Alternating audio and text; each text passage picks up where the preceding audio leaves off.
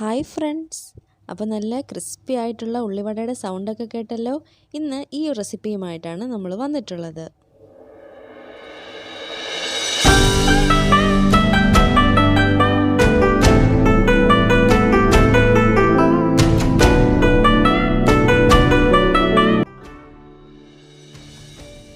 അപ്പോൾ എല്ലാവർക്കും എൻ്റെ യൂട്യൂബ് ചാനലിലേക്ക് സ്വാഗതം. അപ്പോൾ ഇന്ന് ചായക്കടയിലൊക്കെ കിട്ടുന്ന അതേ ടേസ്റ്റിലുള്ള ഉള്ളിവടയുടെ റെസിപ്പിയാണ്. നല്ല ക്രിസ്പിയുമാണ്, നല്ല ടേസ്റ്റുമാണ് ഈ ഉള്ളിവടയ്ക്ക്. അപ്പോൾ നമുക്കിതെങ്ങനെയാണ് റെഡിയാക്കുന്നതെന്ന് നോക്കാം.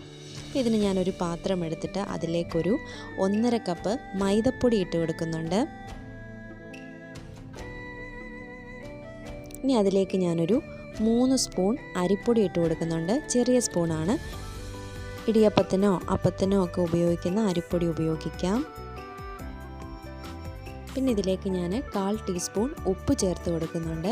പിന്നെ കുറച്ച് സോഡാപ്പൊടി, കുറച്ച് മതി, കുറച്ച് സോഡാപ്പൊടിയോടെ ചേർത്ത് കൊടുക്കുന്നുണ്ട്. ഇനി ഇത് നന്നായിട്ട് നമ്മളൊന്ന് മിക്സ് ചെയ്ത് കൊടുക്കാം. ഇനി ഇതിലേക്ക് നമ്മൾ കുറച്ച് വെള്ളം ചേർത്ത് കൊടുത്ത് ഒന്ന് കുഴച്ചെടുക്കാം. ഒരുപാട് വെള്ളമായി പോകരുത്. കുറച്ച് ടൈറ്റായിട്ട് വേണം കുഴച്ചെടുക്കാൻ.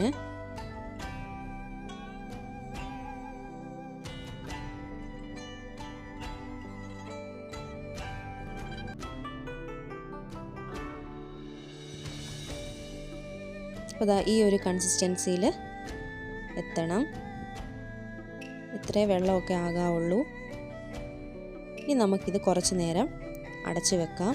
ഒരു 10-15 മിനിറ്റ് ഇതിങ്ങനെ അടച്ചിരിക്കട്ടെ. അപ്പോൾ ആ സമയം കൊണ്ട് നമുക്ക് പോയിട്ട് ഈ ഉള്ളിവടയിലേക്ക് വേണ്ടുന്ന ഉള്ളിയൊക്കെ അരിഞ്ഞുകൊണ്ട് വരാം. ഞാനിപ്പോൾ ഇവിടെ ഒരു 3 സവാള അരിഞ്ഞെടുത്തിട്ടുണ്ട്. പിന്നെ ഒരു ചെറിയ കഷ്ണം ഇഞ്ചി ചെറുതായിട്ട് അരിഞ്ഞതും, ഒരു 3 പച്ചമുളകും കുറച്ച് കറിവേപ്പിലയും കൂടെ അരിഞ്ഞെടുത്തു. ഈ സവാളയ്ക്കകത്ത് ഞാൻ ഇച്ചിരി ഉപ്പിട്ട് കൊടുത്തിട്ടുണ്ട്, കുറച്ച് ഉപ്പ്, കാരണം മാവിൽ നമ്മൾ ഉപ്പ് ചേർത്തിട്ടുള്ളതാണ്. എന്നിട്ട് നമുക്കിതൊന്ന് ഉപ്പുമായിട്ടൊന്ന് മിക്സ് ചെയ്തെടുക്കാം. ഇനി നമ്മൾ നേരത്തെ എടുത്ത് വെച്ച് കുഴച്ച് വെച്ചിട്ടുള്ള മാവ് എടുത്തിട്ട് അതിലേക്ക് നമുക്ക് ഈ സവാള ഇട്ട് കൊടുക്കാം. പിന്നെ ഇഞ്ചിയും പച്ചമുളകും കറിവേപ്പിലയും കൂടെ അരിഞ്ഞതും ഇട്ട് കൊടുക്കാം. പിന്നെ ഇവിടെ ഞാനൊരു 1/2 ടീസ്പൂൺ മുളക് പൊടി ചേർക്കുന്നുണ്ട്. ഒരു കളറിന് വേണ്ടിയിട്ടാണ് ചേർത്ത് കൊടുക്കുന്നത്.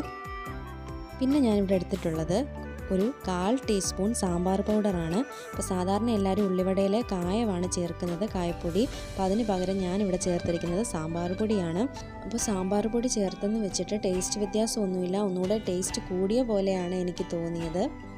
നല്ല ടേസ്റ്റായിരുന്നു.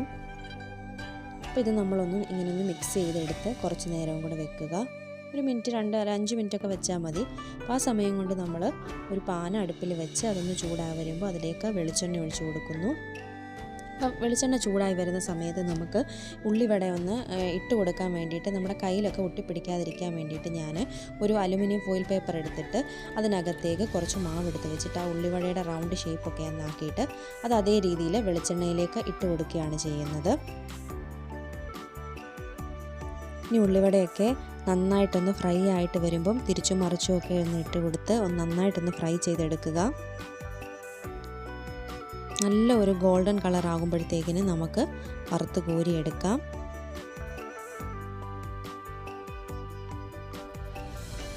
ഇനി നമുക്കിതിലേക്ക് ബാക്കിയുള്ളതും കൂടെ ഒക്കെ ഒന്ന് വറുത്തെടുക്കാം.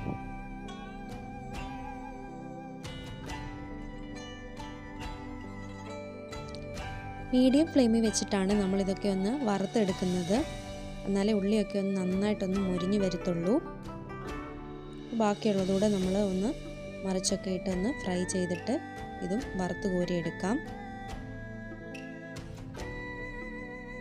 ഇത്രയേ ഉള്ളൂ. നല്ല ടേസ്റ്റി ആയിട്ടുള്ള ഉള്ളിവട നമുക്ക് റെഡിയാക്കാവുന്നതാണ്. അപ്പോൾ നിങ്ങളെല്ലാവരും ഈ റെസിപ്പി ഒന്ന് ട്രൈ ചെയ്ത് നോക്കണം. എന്നിട്ട് അതിൻ്റെ അഭിപ്രായങ്ങൾ നിങ്ങൾ എനിക്ക് കമൻറ്റ് ചെയ്യണം.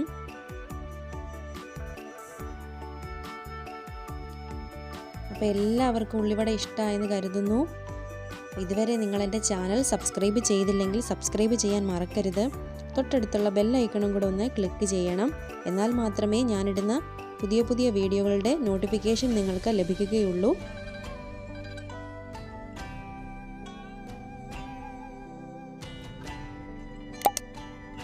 ഇനി മറ്റൊരു വീഡിയോയിൽ കാണാം. Thank you.